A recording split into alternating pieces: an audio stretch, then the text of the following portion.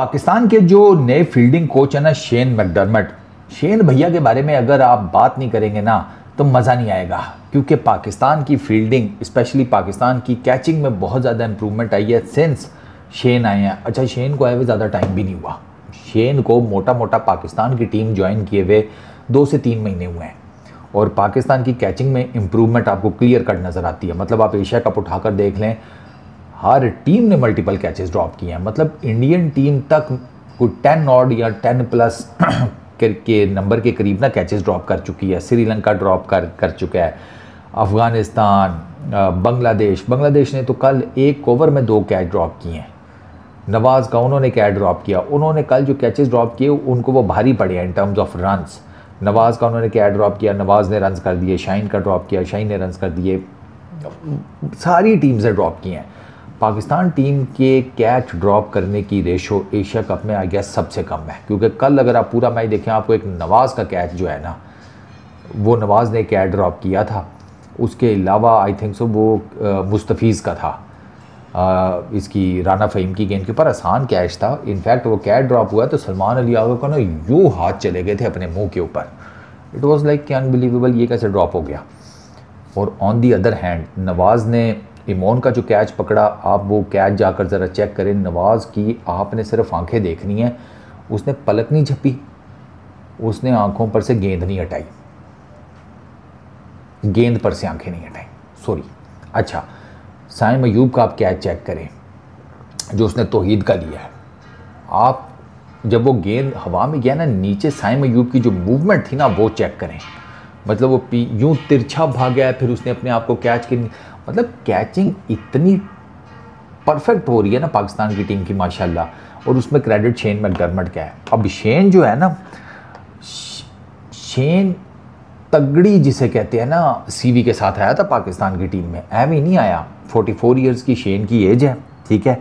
अच्छा, शेन के पास high performance level 3 coaching certificate है, ठीक है।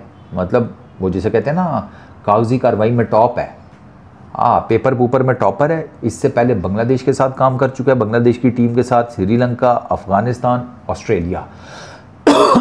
ऑस्ट्रेलिया का तो ये नेटिव है, तस्मेनिया से इसका ताल्लुक़ है शेन का।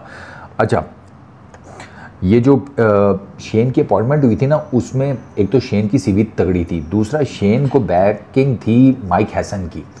माइक हैसन की भी रिकमेंडेशन थी शेन मैकडरमट की, क्योंकि माइक हैसन ने शेन मैकडरमट के साथ मुख्तलिफ प्रोजेक्ट्स के ऊपर ऑलरेडी काम किया हुआ था। तो ही न्यू कि यार शेन मैकडरमट का जो है ना क्वालिफिकेशंस, उसका एक्सपीरियंस वो पाकिस्तान टीम के लिए कितना ज़्यादा मैटर करेगा। और इसी वजह से शेन जो है ना वो पाकिस्तान की टीम में आए। 2022-2023 के बीच में असिस्टेंट फील्डिंग कोच बांग्लादेश की नेशनल टीम के साथ, ठीक है। Sri Lanka senior team fielding coach इससे पहले 3 साल के लिए, श्रीलंका के ए प्रोग्राम का भी ये पार्ट रहे, ठीक है। अफ़गानिस्तान की क्रिकेट टीम के साथ भी इन्होंने वर्क किया। अच्छा, और जो हमसे शेन से पहले मसरूर साहब थे, वो सीरीज़ टू सीरीज़ बेसिस के ऊपर काम कर रहे थे। बट मसरूर साहब का प्रॉब्लम ये था कि उनका ना एक्सपीरियंस तो था लेकिन लोकल था, under 19 domestic cricket and all that, international उनके पास नहीं था। और मसरूर साहब के अंडर पाकिस्तान की टीम में ना फील्डिंग को लेकर कोई बहुत ज़्यादा चेंजेस नहीं आए, कोई एक्सीलेंस नहीं अचीव की, वह ठीक रड़े तमिल मैया वाला काम था। शेन के आने के बाद चूँकि ये ऑस्ट्रेलियन है, इसका माइंडसेट ही और है, ये कहता है कि भाई आपको घोड़ा बनना पड़ेगा, और एटलीस्ट कैचिंग में तो हमारी टीम घोड़ा बन गई है। तो शेन ने ना वो जिसे कहते हैं ना आकर वो एक ऑस्ट्रेलियन एक्सपीरियंस, फिर वो दुनिया भर में काम करने का, मसरूर साहब का मैंने आपको बताया डोमेस्टिक एक्सपीरियंस था सारा, शेन का इंटरनेशनल है, 4 टीमों इंटरनेशनल टीमों के साथ वो काम कर चुका है, ठीक है। मोटी सीवी है, फ्रेंचाइज बेस्ड जो क्रिकेट है उस पर भी उसका जिसे कहते हैं एक रोल है, तो उसका एक्सपीरियंस ठीक ठाक है। उसी एक्सपीरियंस को लेकर वो पाकिस्तान की टीम में आया है। तो पाकिस्तान की टीम में ना वो आपको एक नज़र आती है, डिफरेंस एक क्लियर कट नज़र आता है। एक चीज़ जो मैं पॉइंट आउट करना चाहूँगा, एंड आई रियली होप कि शेन को ये बात पता हो, वो है हमारी 30 यार्ड के अंदर जो है फील्डिंग। एक हमारी 30 यार्ड के अंदर फील्डिंग और दूसरा हमारी ना थ्रोज़। ये 2 चीज़ें अभी तक ना मुझे सेटिस्फाई नहीं कर सकी।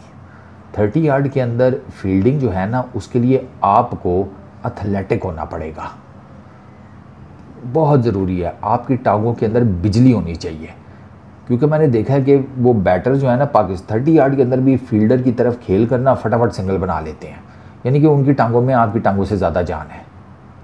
उन्होंने पैड भी पहने हुए हैं, थाई पैड भी पहनी हुई है, ग्लव भी पहने हुए हैं, बल्ला भी उनका भारी उनके हाथ में है, हेलमेट भी पहना हुआ है, चेस्ट गार्ड भी पहना हुआ है, मतलब उन्होंने 10 किस्म के वो ज़रा बख्तर वो पहनी होती है।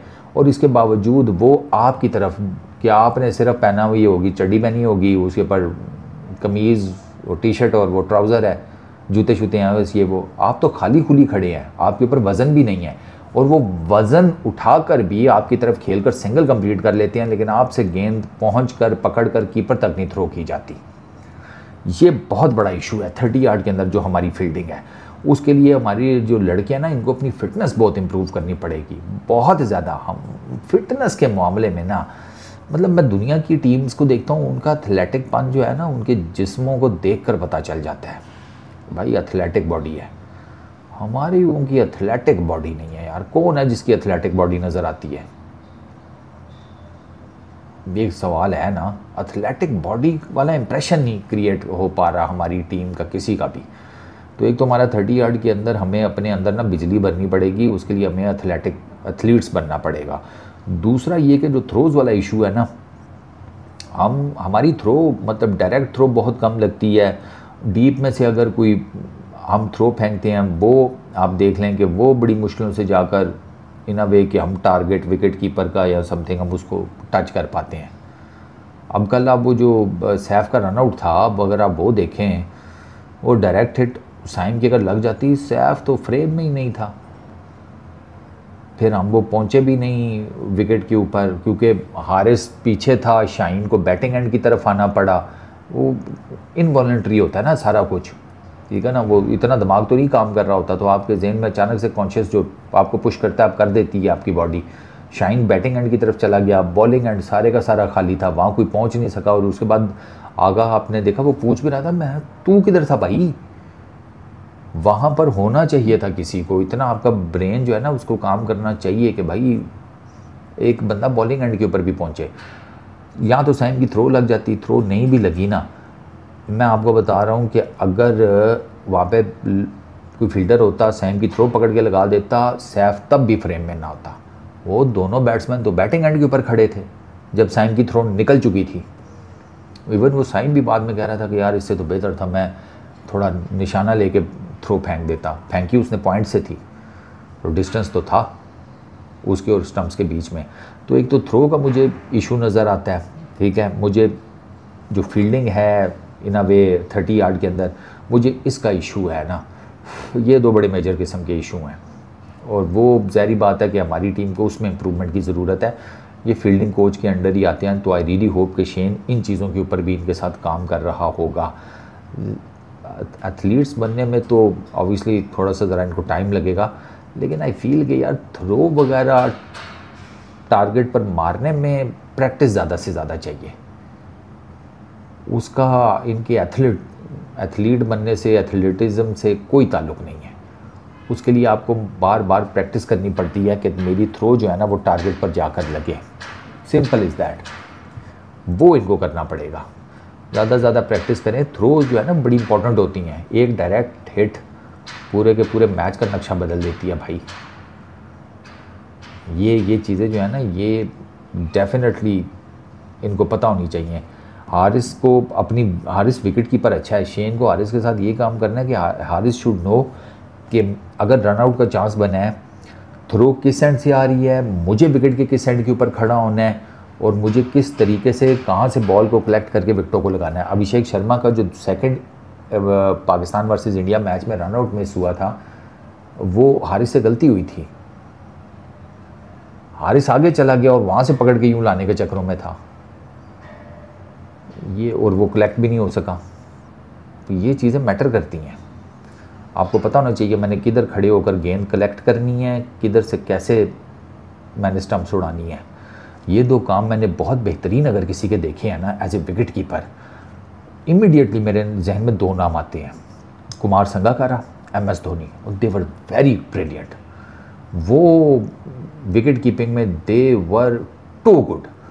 तो उनकी फुटेजेस से भी 100 चीज़ें निकाल कर देखी जा सकती हैं। काम करने को बहुत किए जा सकते हैं। शेन ने अभी तक बहुत अच्छा काम किया, मैं उससे कोई क्रेडिट नहीं ले रहा, इसीलिए तो उसको ये पूरी वीडियो मैं डेडिकेट कर रहा हूँ कि he has done a lot. और इन अ स्पैन ऑफ मतलब लाइक 2-3 मंथ्स, ये बांग्लादेश की सीरीज़ से पहले आया है वो, तो आप देख लें कितना टाइम हुआ है। तो इस सारे टेन्योर में पाकिस्तान की कैचिंग अच्छी हुई है, नो डाउट। ठीक है, मज़ीद काम करने की ज़रूरत है लड़कों को, अपने ऊपर भी, शेन को भी, इनके साथ ये मज़ीद मेहनत करें, मज़ीद काम करें तो आपकी फील्डिंग बहुत निखर कर आ सकती है, बहुत ज़्यादा। So I wish Shane best of luck, plus best of luck to Pakistan cricket team for 28 सितंबर को जो मैच है, यानी कि कल बड़ा मैच, कल नहीं बल्कि परसों बड़ा मैच। फील्डिंग बहुत इंपॉर्टेंट होगी पाकिस्तान की, कैच नहीं छोड़ना, फील्डिंग लैप्स नहीं करने, थ्रोज ऑन टारगेट होनी चाहिए।